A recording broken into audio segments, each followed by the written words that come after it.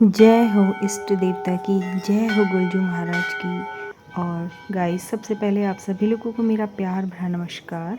और इस समय मैं आई हूँ भवाली में स्थित गोलजू के मंदिर में।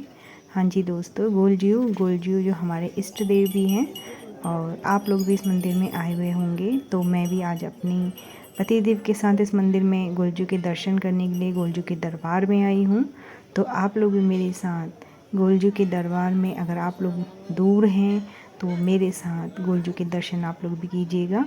और कहते हैं कि ये मंदिर के प्रति लोगों की बहुत अच्छी और बहुत दिल से आस्था है, क्योंकि इसके दरबार में, गोलजू के दरबार में जो भी भक्त अपनी मुराद लेकर आता है वो कभी खाली हाथ नहीं जाता है गाइस। तो आज हम भी अपनी मन की मुराद और क्योंकि हमने पहले भी बोला था कि हम दरबार में आएंगे, और आज हम आए हैं गोलजू के दरबार पे। और देखिएगा, सामने मेरे पति देव जी जा रहे हैं, सीढ़ियों में चढ़ रहे हैं और मैं उनके पीछे पीछे हूँ। और गोलजू के दरबार में गोलजू के नारे लगाते हुए मैं पीछे से चलती हुई जा रही हूँ। तो आप भी मेरे साथ इस भव्य मंदिर का आनंद लीजिएगा और देखिएगा। मैं भी पीछे पीछे से गोलजू की जय जयकार लगाते हुए जा रही हूँ। और सामने आपको ये जो घंटे दिखाई दे रहे हैं, घंटियाँ, और ये लोगों की आस्था है, विश्वास है। गोलजू के दरबार से कभी भी कोई भी भक्त जो अपने मन की मुराद लेकर आता है वो कभी खाली हाथ नहीं जाता है गाइस। तो आज हम भी अपने दरबार में गोलजू की अपने मन की मुराद जो हमारी पूरी हो चुकी थी उसके लिए आज हम आए हैं और भगवान जी का हम धन्यवाद करने आए हैं। इसी तरीके से हमारे आगे भी जो भी हमारे बिगड़े काम हैं गोलजू, वो आप बनाते रहिएगा। और देखिए,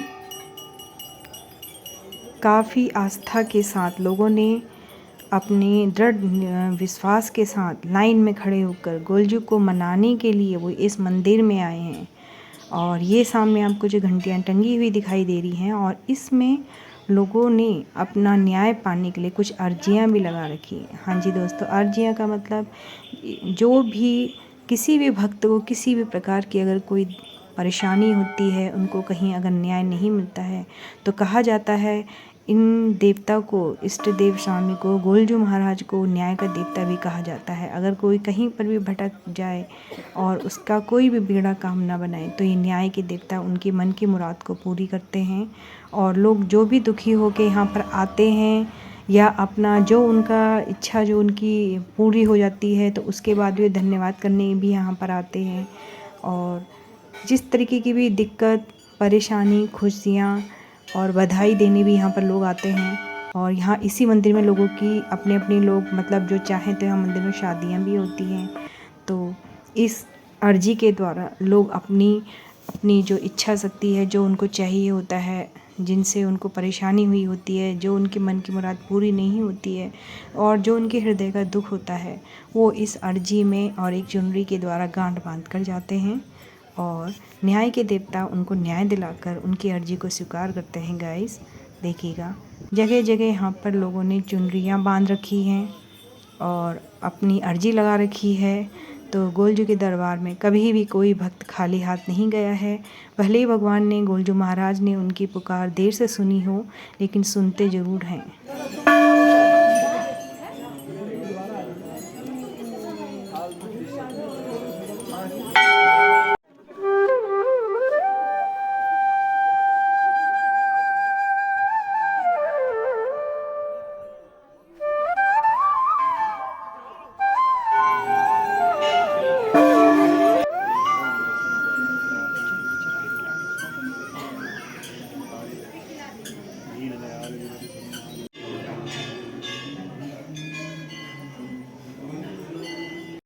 जय इष्ट देव गोलजू महाराज की जय हो।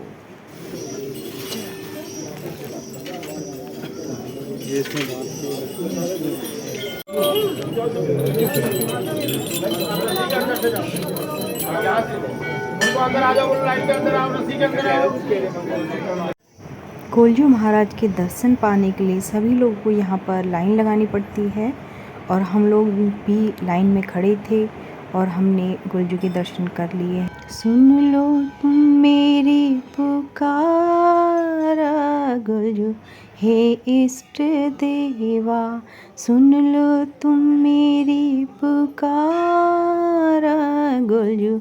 हे इष्ट देवा तुम ना सुनोगे देवा कौन सुनेगा, किसको पुकारूं मैं बार बार गोलजू। हे इष्ट देवा सुन लो तुम मेरी पुकारा गोलजू। हे इष्ट देवा आई मैं आ तेरे द्वारा गोलजू। हे इष्ट देवा।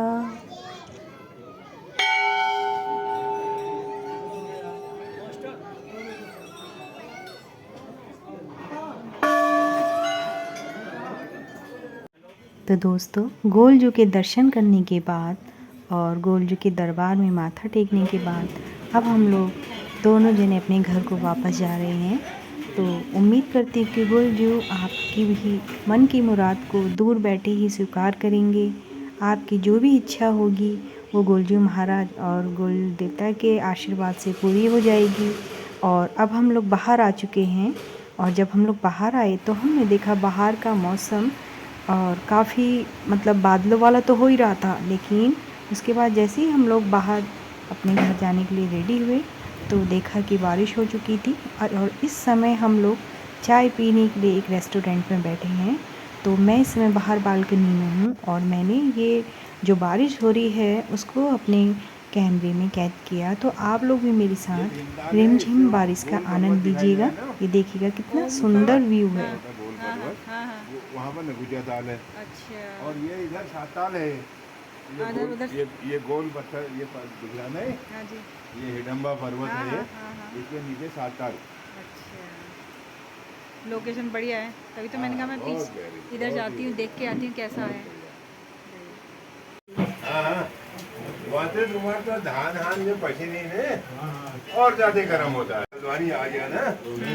तो दोस्तों गर्मा गर्म चाय के साथ समोसे खाने के बाद अब हम लोग आगे को बढ़ रहे हैं और चाय भी बिल्कुल A1 बनाई थी और उसका स्वाद तो गाइस मुंह से जा ही नहीं रहा है।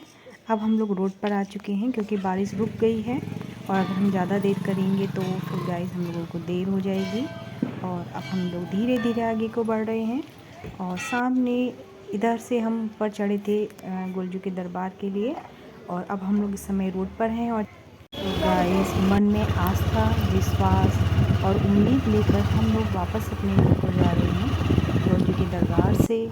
और ये सुंदर और काफ़ी अच्छा यहाँ का जो रास्ता है उस रास्ते से होते हुए मस्ती करते हुए हमने घर को हल्द्वानी की तरफ को बढ़ रहे हैं। तो आपको मेरा छोटा सा ब्लॉग कैसा लगा आप मुझे बताइएगा।